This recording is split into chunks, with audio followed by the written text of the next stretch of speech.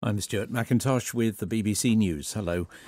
There's been little opposition to the Zimbabwean military, which is now in full control of the country. Many in the capital, Harare, have accepted that President Robert Mugabe is being eased from office.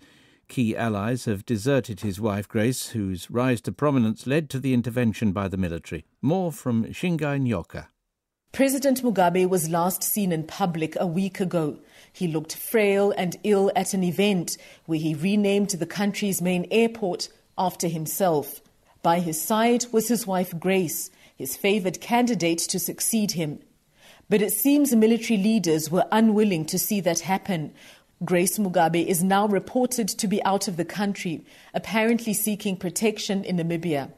This evening, army tanks remained stationed outside strategic locations. The picture overall is one of uncertain quiet, with few people venturing out. The African Union says it's been assured by the soldiers that they see their action as temporary and not a coup. A painting by the Italian master Leonardo da Vinci has sold at auction in New York for $450.3 million, the most ever paid for a work of art. Our arts correspondent Vincent Dowd reports. Christie's in New York gave an estimate for Salvator Mundi of $100 million. They knew it was likely to go for more, but no one thought the work, over 500 years old, would go for $400 million. It more than doubles the record for any picture at auction, and it exceeds by $100 million the biggest amount paid in a private deal. This was the only Leonardo da Vinci left outside a museum. It may be no other work by him will ever be auctioned. There's no word yet who the buyer is. The French President Emmanuel Macron has said France and other European countries will step in to cover any funding shortfall for the main international climate science body caused by President Trump's plans to withdraw US contributions. Mr. Macron made the announcement at a summit on global warming in Bonn. Internationally, we need scientific expertise, a scientific debate which is constantly informed, which enlightens our decision-making.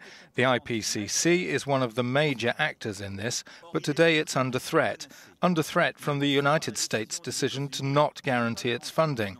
I would therefore like Europe to stand in the place of the Americans, and I want to tell you here that France will not take a back seat. The Greek Prime Minister, Alexis Tsipras, has announced a state of national mourning for those killed by flash flooding near Athens. 15 people are known to have died, but it's feared that number could rise. Mr. Tsipras said the government would stand by the victims' families with all the means at its disposal. World News from the BBC. A rare earthquake and continuing aftershocks in South Korea have left more than 1,500 people homeless and more than 50 injured. The magnitude 5.4 quake, the second strongest ever in South Korea, hit the southeastern port city of Pohang on Wednesday, and more than 40 aftershocks have since occurred. In a live television address, President Trump described his two-week tour of Asian countries as a success which reflected the United States' renewed confidence about the future. Mr. Trump said he'd led the way in making clear that North Korea would not be allowed to hold the world hostage to nuclear blackmail. The president of Peru, Pedro Pablo Kuczynski, has denied receiving any campaign donations or bribes from the Brazilian construction giant Odebrecht, which has been implicated in corruption cases in several Latin American nations. Our Americas editor, Leonardo Rocha, has the details. Mr. Kuczynski went on national television to repudiate the claims made by Marcelo Odebrecht, who's serving a lengthy jail sentence in Brazil. The disgraced executive said Mr. Kuczynski had been hired as a consultant in Peru a decade ago. He also told prosecutors that the construction company had paid nearly $30 million in bribes to Peruvian officials over many years.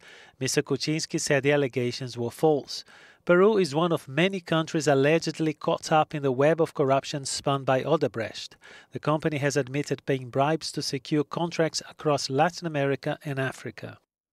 Researchers have identified a genetic mutation in the Amish people of the Midwestern United States that appears to make them live longer and enjoy better health. About a quarter of the Bern Amish community in Indiana have an altered version of a gene which provides the body with instructions to make a protein linked to the aging process. It's raised hopes of new treatments to prevent age-related disorders. BBC News.